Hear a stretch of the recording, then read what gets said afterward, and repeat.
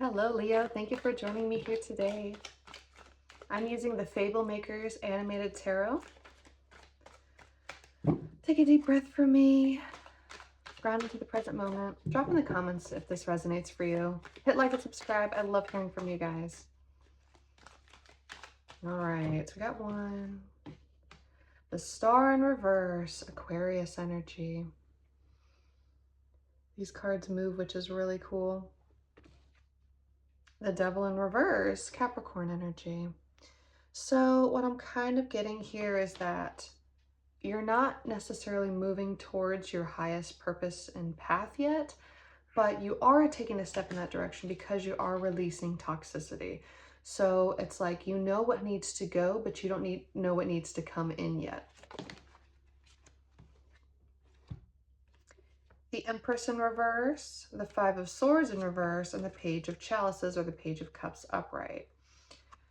What's really interesting about this energy, it just re-emphasizes the point of you personally as a feminine potentially are not there yet, but you have the openness to feel like you're ready to move into situations and circumstances that serve in your best interest, in your best light.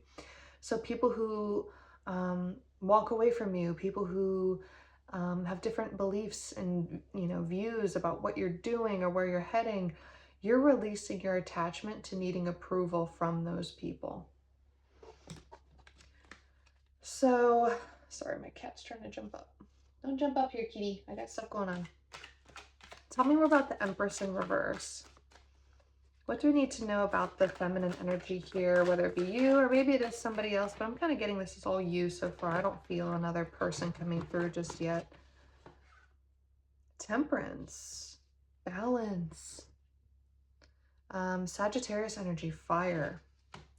Okay, so far we've had earth energy come through, we've had fire energy come through, water and air, so we've had all of them, which is actually funny because I'm wearing a new necklace and it's actually the Magician, which is actually embodies all of the signs. So there could be something significant here about like embracing all aspects of your skill sets. So like maybe if you're not sure where you need to head, you know what needs released, but maybe you're not sure where you need to head. There's something about learning to take all of your skill sets with you so that you can, whatever this new thing is that you embark on is going to be emotionally fulfilling. And tell me more about temperance actually, because I want to get into like that balance aspect of things too. Ace of Wands. Okay, more fire energy with the temperance. So this is creating what you're truly passionate about. The balance you're going to find is by creating and manifesting something in your reality that gives you life. It gives you sustainability.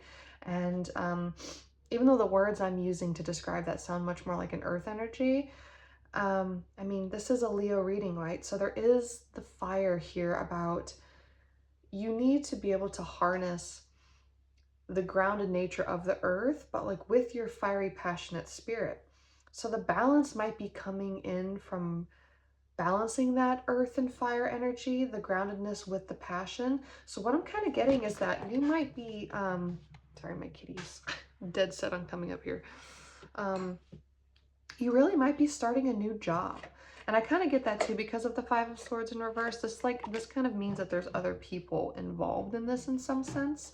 So maybe that's the next question we need to ask is like, what are the other people involved in maybe this decision or where you're going? This deck is so huge too. It's like, I mean, look at all these cards. It's so thick because it's like the animated tarot. So it's just extra hard to shuffle. But that's okay. Challenge accepted. It's a beautiful deck. I will leave it in the description box as well if it's something you're interested in purchasing, but it is like a very expensive deck. It's not cheap. It's the most expensive deck I've ever purchased. Let's see here. We have the Page of Swords in reverse. So even if you come to an emotional clarity about where you're stepping into, there may still be a lack of owning it in the verbal sense with that sword, that air energy in reverse, which speaks to like communication and stuff. So you're, Page of Cups upright, you're willing to move into the new emotional beginning, but you may not be ready to move into the new articulation for the people. Because like I said, this affects other people and not everyone may be able to hear. They may not want you to be doing this thing. So you're not ready to necessarily communicate it yet. And the reasoning why is this moon in reverse, I think. We got the little wolf howling there. Isn't that cute? There we go. I gotta rotate it like that. And that speaks to intuition. That's water. I believe it's a Cancerian energy. Could be Pisces. Either way, it's a water. So with the moon, you're not, it's like your intuition or your passion tells you that this is what you need to move towards, but you may not be willing to communicate it yet because there may still be some aspect of doubt about if you think this is the best path for you. Maybe just because it is because of the naysayers.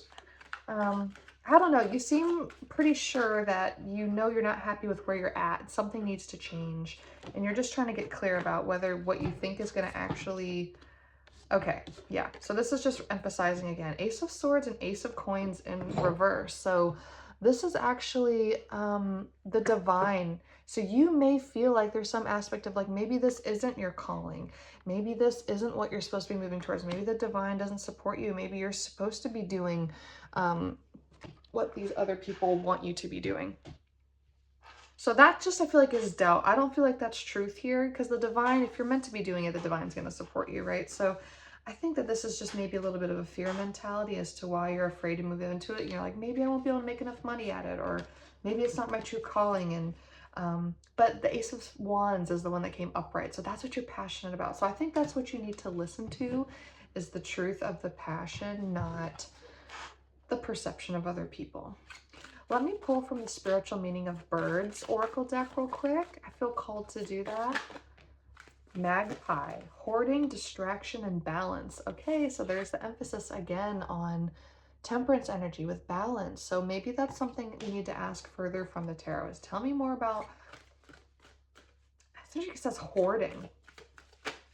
This could be, I heard, just like you may have friends that you've been holding on to that you've been afraid to let go of. You may be hoarding people. Patience, focus, and self-reliance with the Heron. It did come out in the reverse, so this is something that you need to further embody.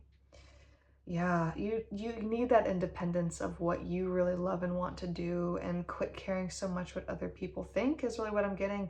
You're distracted by the opinions of others. You're distracted by people.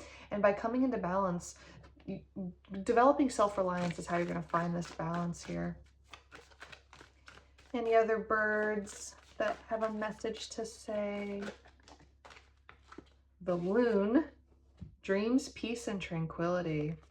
So this is a call for you to meditate. This is a call for you to journal. This is a call for you to pay attention to the messages that come through to you in your dreams. So I highly recommend a dream journal. Put it by your bed. If you wake up in the middle of the night and you just had a dream, record it, write it down. It's worth doing it and reflecting on it later, because messages do try to come through in your dreams. And especially with that moon card in reverse, that intuition, it's almost like you're not listening to your waking reality's intuition. So you might need to listen to your sleeping intuition, because the divine really wants to support you here, but you have to have more trust. You have to not care as much what others think, and you have to have trust. Trust in yourself too. Here we go. This is beautiful. The Magician, just like my necklace, just like we talked about at the beginning of the reading. Gemini, Virgo energy, but in addition to Gemini and Virgo, it also embraces the water and the air, the water and the fire as well. So the Magician, master manifester, creating the life that you desire. 10 of Coins, beautiful. Ultimate happiness, fulfillment, family. So even if you feel like maybe your family's not supporting you, maybe your friends aren't supporting you, I mean, at the end of the day, if they're really your true, family or friends that really love you, they are supporting you on some level, maybe even on a soul level. It's just maybe their ego mind is not able to be there right now, which is kind of what that whole Five of Swords energy that came in earlier is about. But this is saying, if you stay true to yourself, if you stay on your path, you will have their support.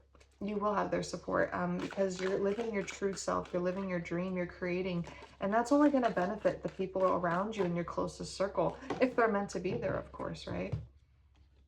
All right, let's see any final messages here. We've got the Wheel of Fortune. That is a gorgeous, gorgeous